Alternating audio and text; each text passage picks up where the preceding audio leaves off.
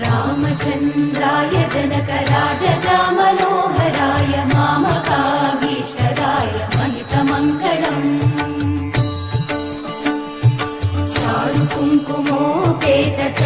चारुकुङ्कुमोपेतचन्दनानुचर्चिताय हारकटकशोभिताय भूरिमङ्गलम्